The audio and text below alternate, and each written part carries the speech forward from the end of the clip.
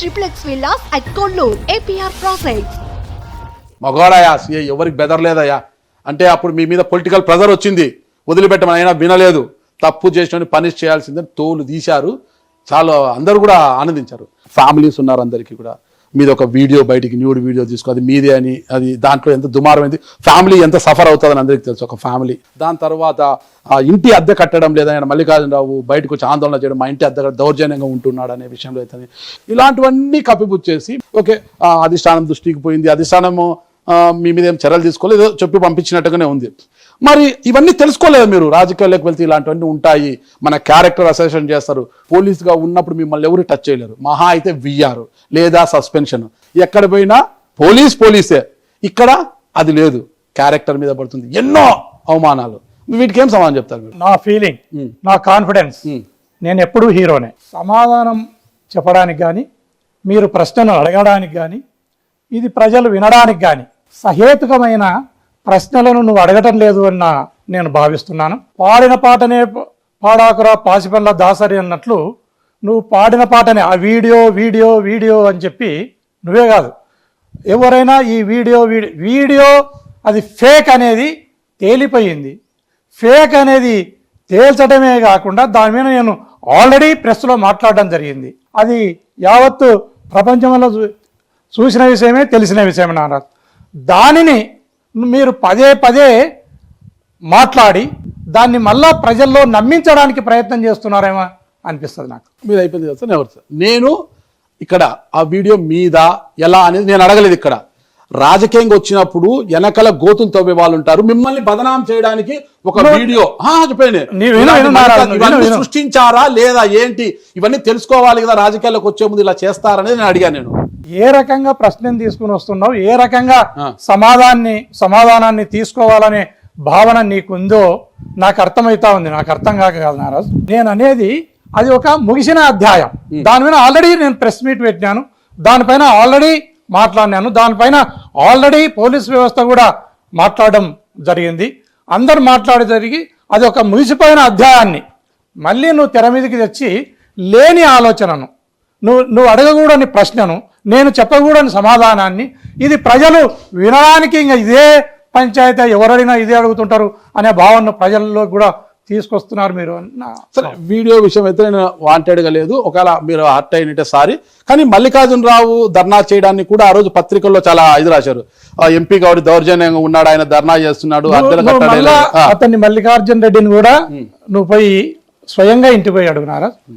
నేను ఆ ఇంటిని జిఎంఆర్ అని ఒక ముత్యాలరెడ్డి ఫంక్షన్ హాల్ ఉంటే ఆ ఎలక్షన్లకు ముందు, ప్రచారం కంటే ముందు ఆ ఇంట్లో ఆ జిఎంఆర్ ఫంక్షన్ హాల్లో ఉండడం జరిగింది. అక్కడి నుంటే నేను ప్రచారం చేయడం జరిగింది. అక్కడనే నేను భార్య పిల్లలతో కూడా అక్కడనే ఉండడం జరిగింది. అప్పుడు నాకు ఇల్లు లేని పరిస్థితుల్లో మల్లికార్జున రెడ్డి ఇల్లును పిలిచి ఇవ్వడం జరిగింది.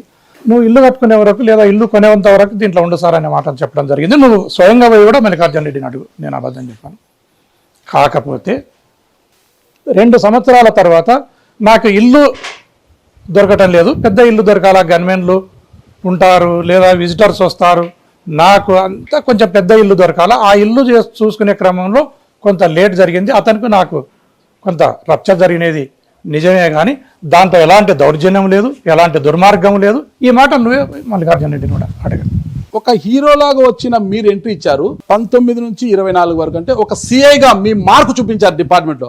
మరి 5 ఏళ్ల పాటు ఒక ఎంపీగా మీరు చూపించిన మార్క్ ఏంటంటే ఏం చెప్తారు? మనకు నేను కొత్తగా ఎంపీ అయిన కొత్తలో ఒక 5-6 నెలల పాటు ఈ వ్యవస్థకు అలవాటు పడడానికే ఒక 5-6 నెలలు ఖచ్చితంగా ఉంటుంది. నేను కొత్తగా రాజకీయాలు లేకొచ్చినోని కాబట్టి.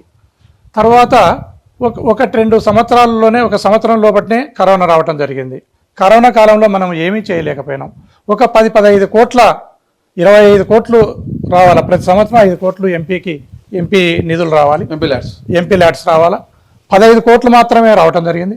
15 కోట్లను అన్ని నియోజకవర్గాలకు సమానంగా, అంటే ఏదైనా కొంత వెనుకబడిన ప్రాంతం ఉంటుంది, ఆ వెనుకబడిన ప్రాంతానికి కొంత ఎక్కువ తక్కువ అందరికీ సమానంగా డిస్ట్రిబ్యూట్ చేయడం జరిగింది. ఈ జిల్లాలో వచ్చిన నువ్వు రోడ్లను నువ్వు ఆ కన్సర్న్డ్ ఎమ్మెల్యేలను అడగండి, నేను స్వయంగా గడ్కరీ దగ్గరికి పిలుచుకొని పోయి ఆ ఎమ్మెల్యేలను రిప్రజెంటేషన్స్ ఇచ్చి ఎక్కడ ఏమి రోడ్లు కావాలనో ఆ రోడ్లనల్ని ఇప్పుడు ఈరోజు ఈ 5 సంవత్సరాలలో ఏవైతే రోడ్లు ఎస్టాబ్లిష్ అయినాయో, రోడ్లు తయారైనాయో, ఆ రోడ్లకు అన్నిటికి కూడా నేను గడ్కరీ గారి దగ్గర తీసుకుని పోయి నేను రిప్రజెంటేషన్, ఈవెన్ మీరు పుట్టపర్తి అయినా అడగండి, ధర్మవరం అయినా, నువ్వు ఏ ఎమ్మెల్యేనైనా అడగండి, నేను స్వయంగా తీసుకుని పోయి రిప్రజెంటేషన్స్ను ఇచ్చే ఆ రోడ్లను తీసుకురావటం జరిగింది. అది మార్పు కాదన్నారా? ఓకే, అంటే ఒక ఎంపీగా మీరు చేసిన మార్కే నేను ఒప్పుకుంటా ఈ విషయంలో. ఎందుకంటే ఎవరైనా ఒక స్థాయికి వచ్చిన వెంటనే కన్నా తల్లిదండ్రులను చూసే పరిస్థితి లేదు, ఇంకా ఊరినేం గుర్తుపెట్టుకుంటారనే పరిస్థితి. కానీ మీరు అనంతపురం జిల్లాకు వచ్చి ఉద్యోగం చేసి ఇక్కడే ఎంపీ అయిన తర్వాత మీ స్వగ్రామాన్ని గుర్తుపెట్టుకొని, స్వగ్రామానికి సరైన రోడ్డు లేకపోవడంతో కర్నూలులో మాట్లాడి అక్కడ ఒక తార్ రోడ్డు కూడా వేయించారు. అది నేను చూసి అక్కడ వెళ్ళినప్పుడు, నేను వేరే ఇంటర్వ్యూ కోసం వెళ్ళినప్పుడు రోడ్డు బాగుందబ్బా అంటే అక్కడ వాళ్ళు చెప్పారట, అక్కడ మీ అనంతపురం ఎంపీ మాకు అదే హిందూపురం ఎంపీ గోరంట్ల మాధవ్ గారు వేయించారు. ఆయన ఎందుకు వేయించాడు, ఆయనకేం సంబంధం ఏంటి, వాళ్ళ ఊరు ఇక్కడే కాదు సార్, ఆయన అదే పనికి వేయించాడు సార్, ఆయన పుణ్యమా అంటూ మాకు అంత హ్యాపీగా ఉంది సార్ అన్నారట. ఎందుకు అసలుకి మీ ఊరికి రోడ్డు వేయించాలని ఆలోచన ఎందుకు వచ్చింది అక్కడ? నేను పుట్టి పెరిగిన ఊరు, ఉన్న ఊరు, కన్న తల్లి, ఇవి రెండు సమానము అనే భావన ఉన్నవాడిని.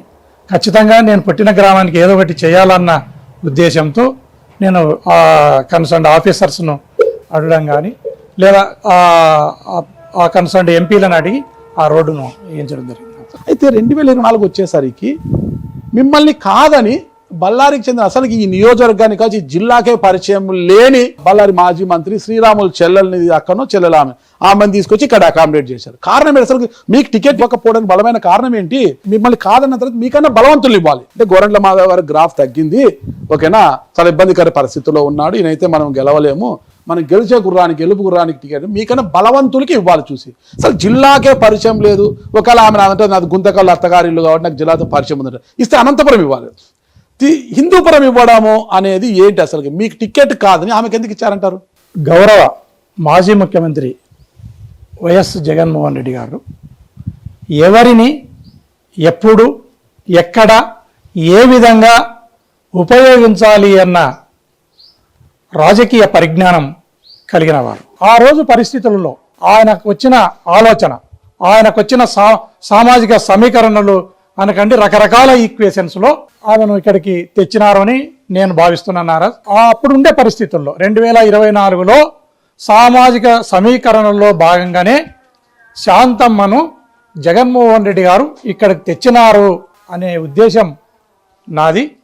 ఖచ్చితంగా ఆ రోజు ఉన్న పరిస్థితుల్లో ఆమెను తేవటం అనేది అధినాయకుడు నిర్ణయం చేయడం జరిగింది.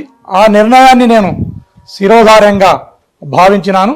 పార్టీ అధినేత ఏ నిర్ణయం తీసుకున్నా ఆ నిర్ణయానికి కట్టుబడి ఉండడం అనేది ఈ పార్టీలో ఒక సామాన్యునిగా నా ఆలోచన. ఖచ్చితంగా అది ఆ రోజుకు సహేతుకమే అని నా భావన.